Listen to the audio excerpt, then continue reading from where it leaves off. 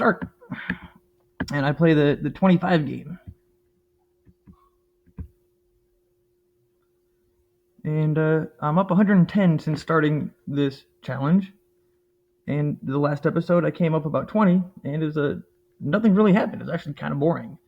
But I think there's a lot to learn on a boring half an hour, just because you can see how you can actually win money $3 at a time.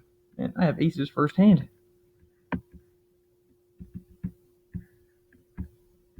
Let's hope he goes all in. Oh man, he's going to have ace queen here.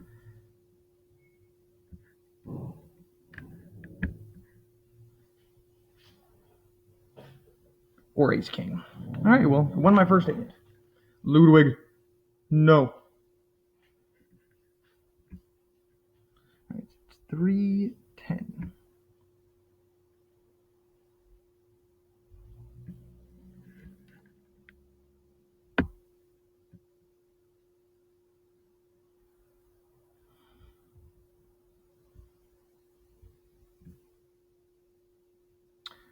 Man, too bad he didn't go crazy on that first hand. Since I started this, I have not had a big pair go into another big pair. Like, I haven't had kings going to aces yet. But I also haven't had aces going into kings. So, I'm due for some exciting hands, people. But I did flop some sets.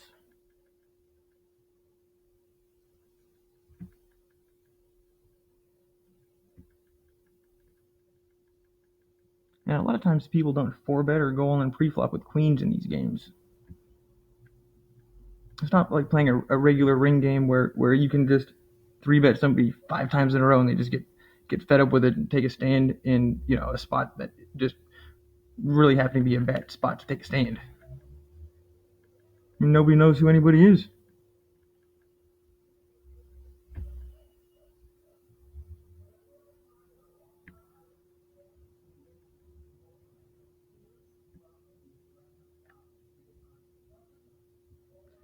And I think what I'm going to do, because these are a half an hour long, which is pretty sweet because YouTube hooks up longer videos, and the duration in which people watch the longer videos is super important too. But I can also take, like, let's say per episode or per week, and make like hand of the week. So I'm able to get a short form content, like maybe 2, 3, 4 minutes, and put it on social media and kind of treat it like a commercial. So, I think overall, doing this challenge is a good idea. Though the last videos started, I was getting like 10 views. Then I went up to 20, and then I went up to 80. So let's just hope I can keep that going. But there's really a lot to know on YouTube. It went from a place where you can watch dogs on skateboards to the second biggest search platform on the internet. What a crazy thing YouTube is. And it takes forever to learn how to do it well, and the only way to learn is to do it. So what everybody says is just start posting, and over time things change. So a year from now you might have different videos, but everyone always seems to say to start posting now. So I'm going to start posting now.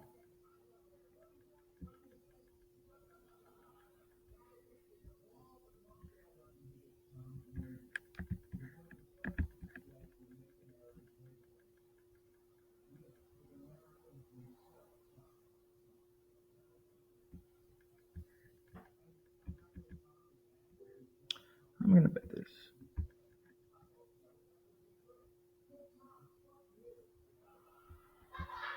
I'm going to bet this again.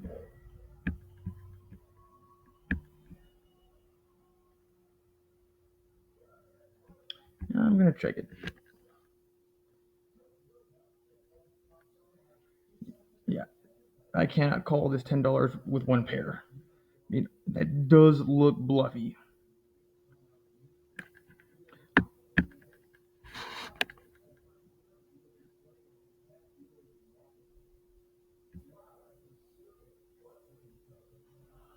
All right, down $5. probably should have bet that turn bigger on the last episode. I was gonna make a point to make my turn bets bigger, and I'm just gonna keep that going because if you give them a reason to float, they'll float, and then you get in those spots on the river where you're not totally sure if you're good. Uh, it just makes it more difficult to play because his hand isn't defined. If you give somebody a reason to call and they call, what have you learned?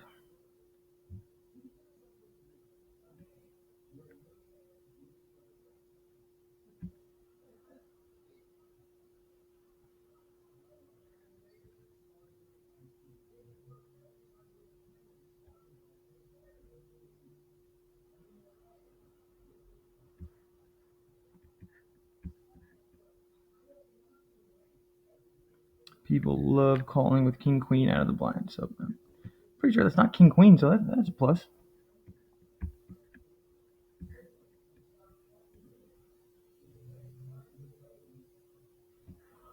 If I called there, he would be scared with any hand, and if a spade comes, he's even more scared. So I could have probably floated $2 there if I was willing to bet big and make it appear like I'm putting them all in on the turn. So if I bet like $6, he's like, oh man, well he's definitely going with me, but I'm not.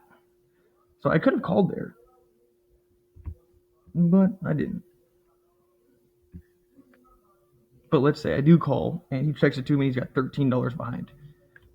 I'd be way more inclined to bet 7 and then fold than betting like 4 because it, they just don't believe you. Make it look like you have to call them on those bluffs and completely shut out the possibility that if he goes all in, you'll fold.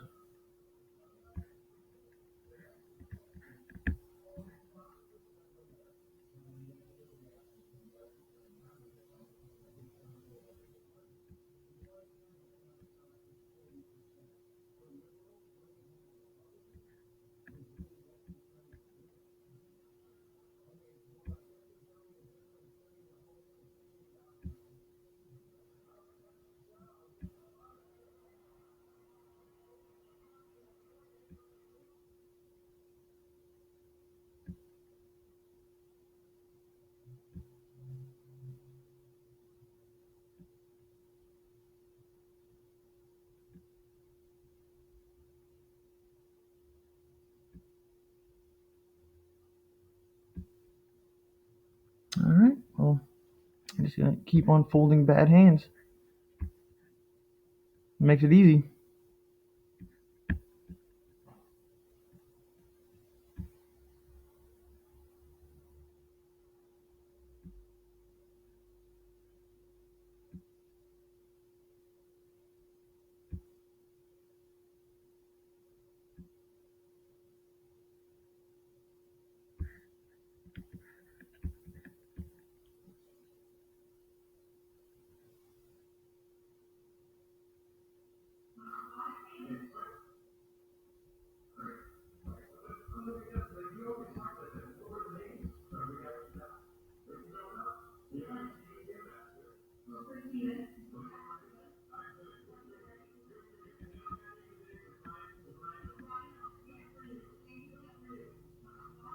This is my only chance of winning.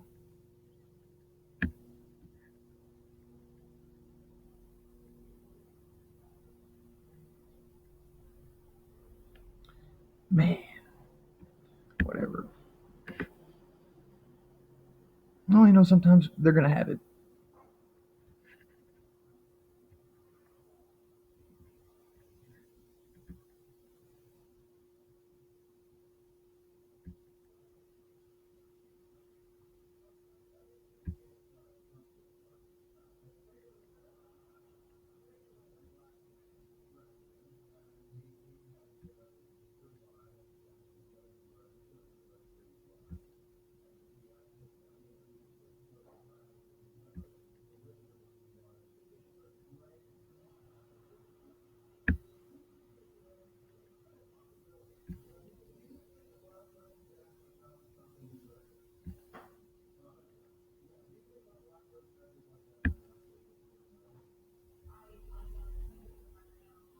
when you get kind of short, you can take some of the more marginal hands, and you look stronger when you're playing with no money behind. You know, are you really gonna put in money with nothing if you're short stacked?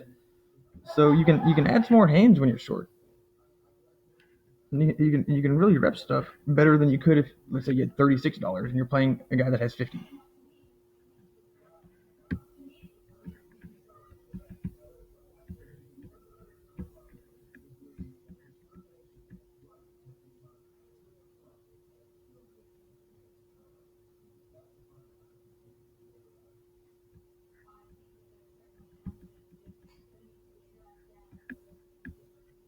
I have to see bet this.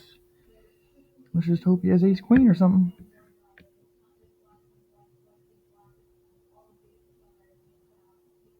Now, they just assume that you're gonna go with it. You can really.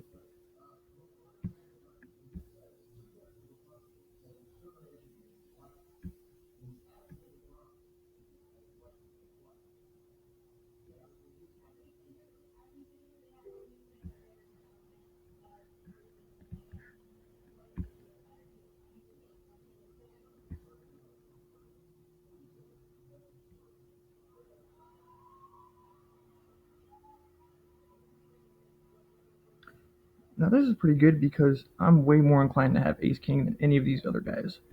So he's gonna be more inclined to fold because this guy's still in, and this guy's thinking, man, I gotta stop calling out of the blinds with 10 jack.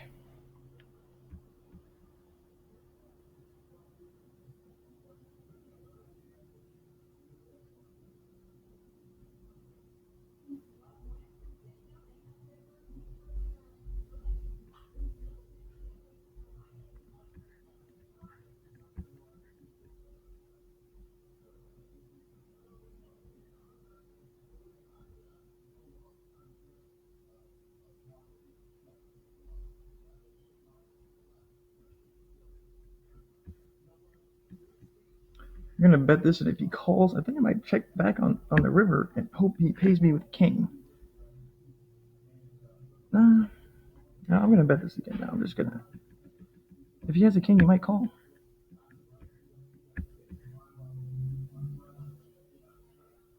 Yeah, if I check back, I give myself a pretty good chance of one street of value. But why not just go for two?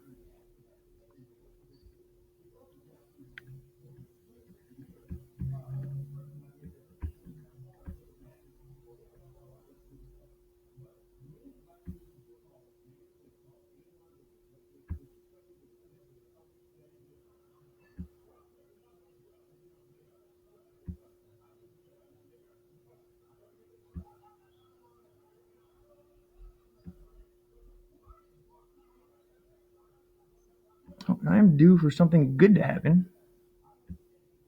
Maybe a nice turn.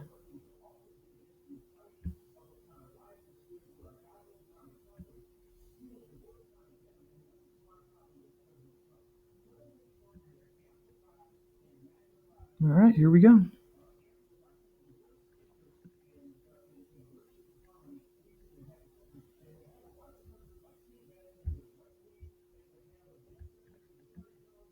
I'm just gonna do the 85 cents.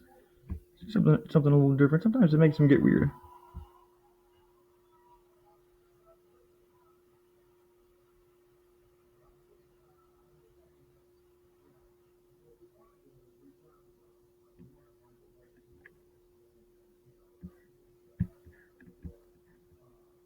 Maybe something good can happen.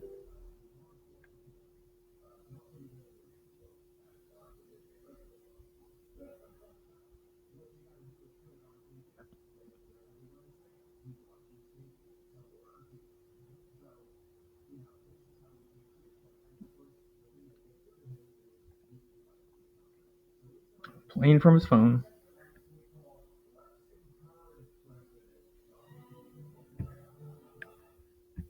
Not even gonna wait.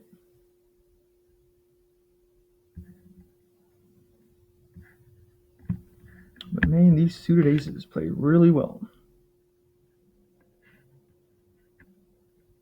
And just having the ace, I mean, you have so much value with just an ace. I mean, any hand, kings, king, queen, any pair, all that stuff is instantly beaten. I'm not even going to waste time.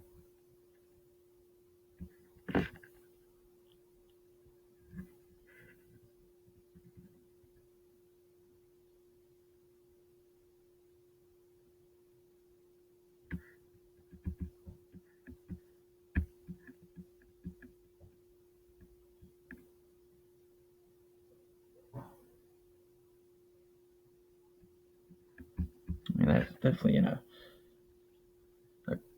hits the calling range.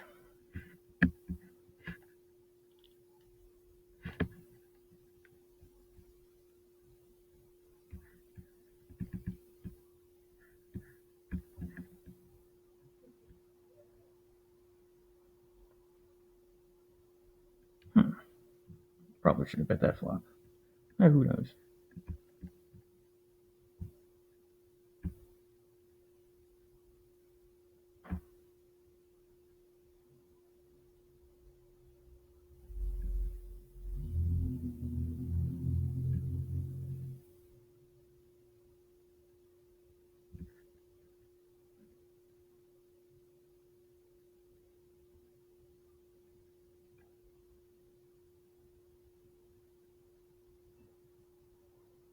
Try to do something a little bit different here. Just the way my stack is and his stack and 3-betting, I'm gonna keep it a secret that I have ace king.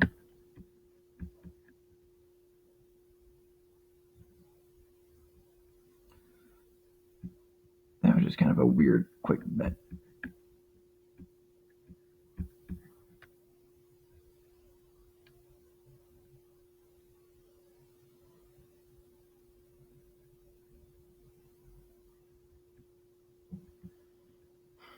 It didn't work out.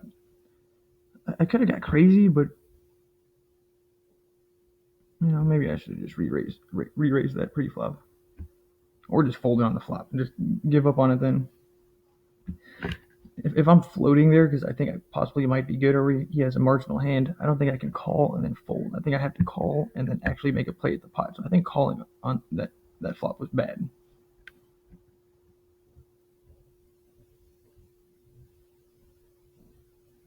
Oh, flop to set. And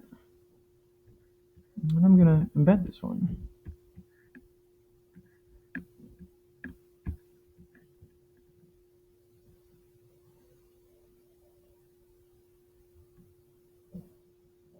Ooh, that's a good card.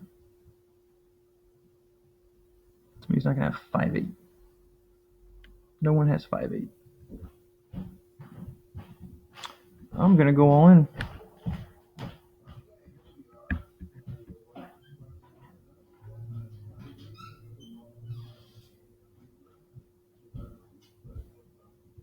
Oh, he can't fold.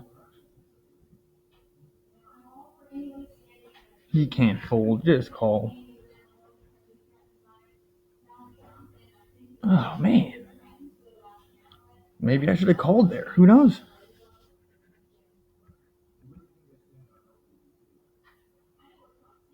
The guy on the button, when he makes... Who knows? Well, I won a hand. But I was pretty convinced he was going to call that $10. It was almost like he didn't want to get closed out with a draw. So he priced himself in, and it's a semi-bluff. I can't imagine too many people taking one pair, top pair types of hands and just betting 425 there. But he folded. Maybe he had just a crappy flush draw.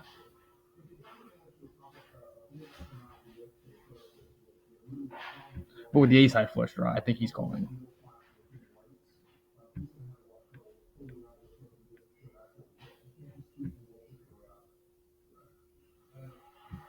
Oh, that's why I went all in, because if he does have a draw and it bricks, he's not going to pay off anything on the river.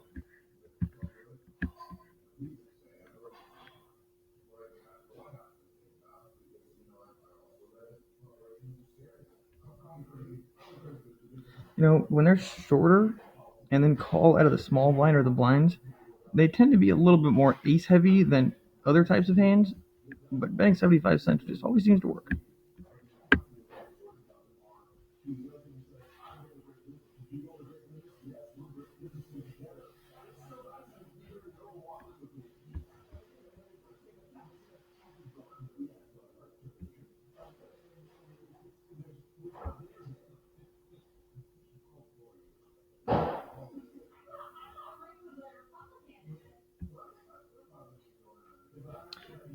Well, I'm up 80 cents on this session, and once again, it's not nothing too crazy.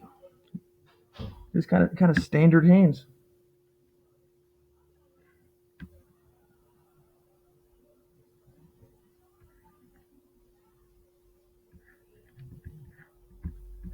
All right, give me some spades.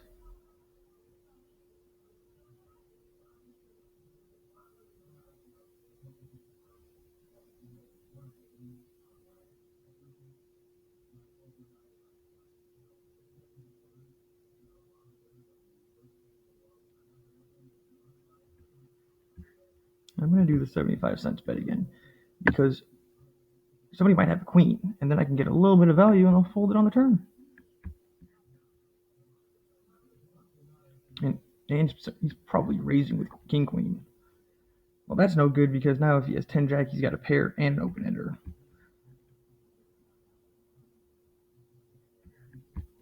He's just going to have like queen 10. Oh, okay. Well, I had kind of had the right idea on the 75 cents bet for a little bit of value, but didn't think that he had the 6. But next time I'll remember that he could very well have the 6 and to keep betting.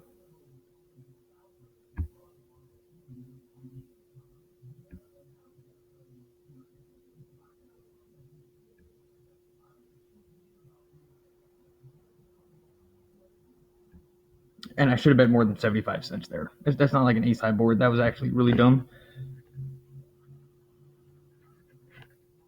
And I also had just like no outs. And I can't imagine him calling a real bet. And that was an example of making a small bet in which when they call, you don't learn anything. If you give somebody a reason to call like that, I didn't. His hand was not defined at all. So if I bet bigger and then he calls, I just know more. So, I should have just bet bigger on that flop. That was bad.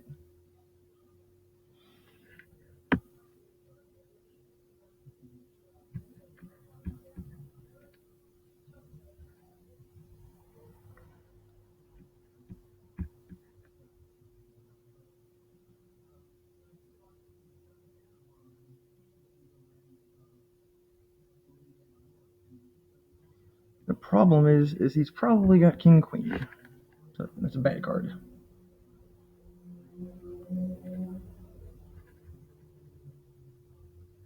And I was probably going to call it bet on the flop too, which just can't be winning money.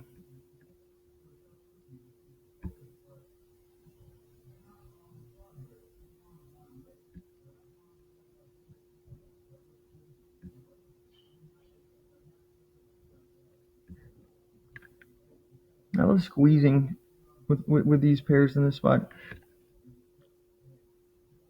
Nope, not even going to get an opportunity. But my 7s is going to be good against this random hand on the button that's opening 8 out of 10 times. So I'm just going to assume I'm good until the end, or I'm just going to assume I'm good until something happens otherwise. See, like on a hand like this, I can actually get some pretty sweet value.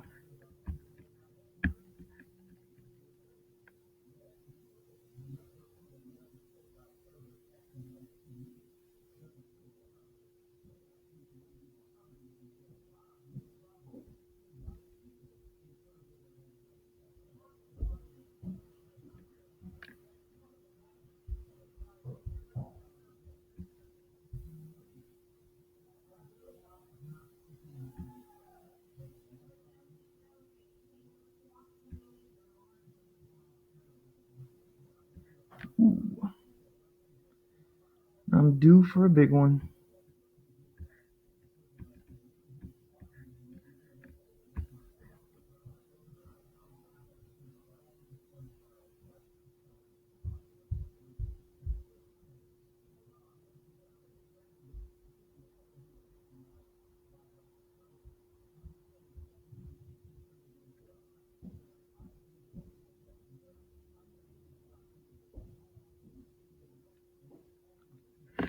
That was a pretty quick big 4-bet. I can't imagine him doing that with aces.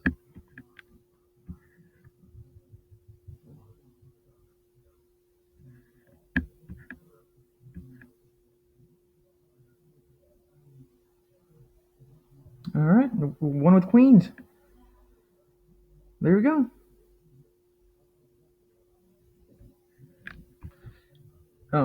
When he just does that kind of spazzy all in, he can't have aces or kings. I mean, he just cannot have aces or kings playing like that. They just don't do that. But aces, a lot of times they'll just call that 3-bet.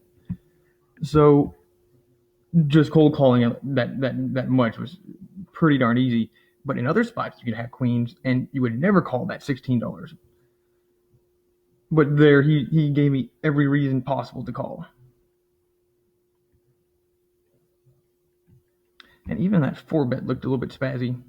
Like, who would ever do that with kings or aces?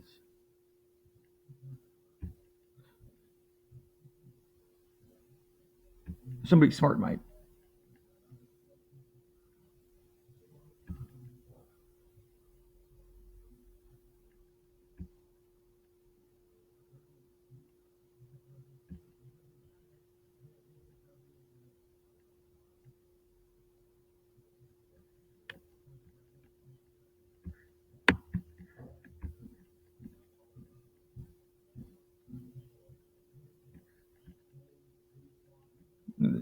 Short stackers, and they kind of ship fast like that, they have under $10.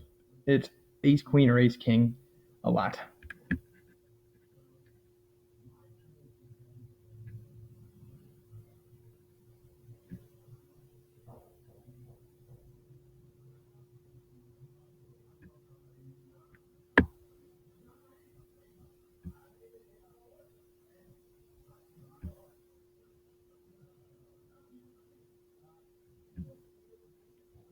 Well, at least I won a hand with those queens,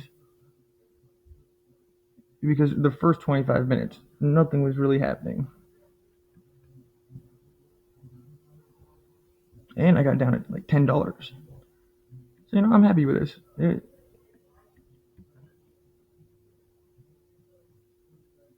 I should have just folded ages ago.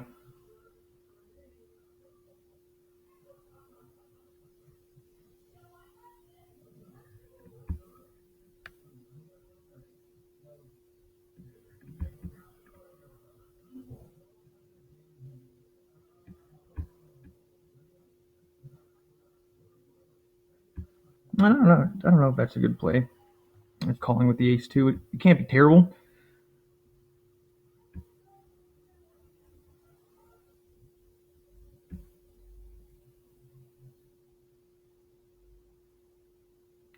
All right, looks like I'm at a half an hour, so I'll play one more hand, and then I'll let you guys go.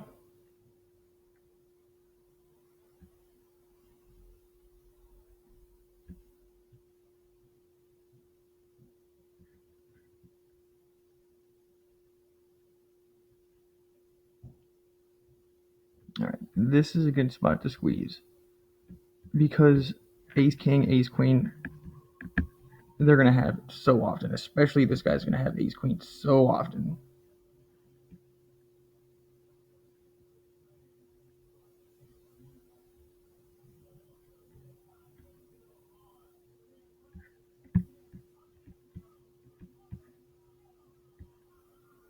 All right, he's got $42 behind. I'm gonna bet. Come on, give me one street of action with the queen. All right, well, looks like I came up about $25 this session. I'll exit out and see where I'm at total.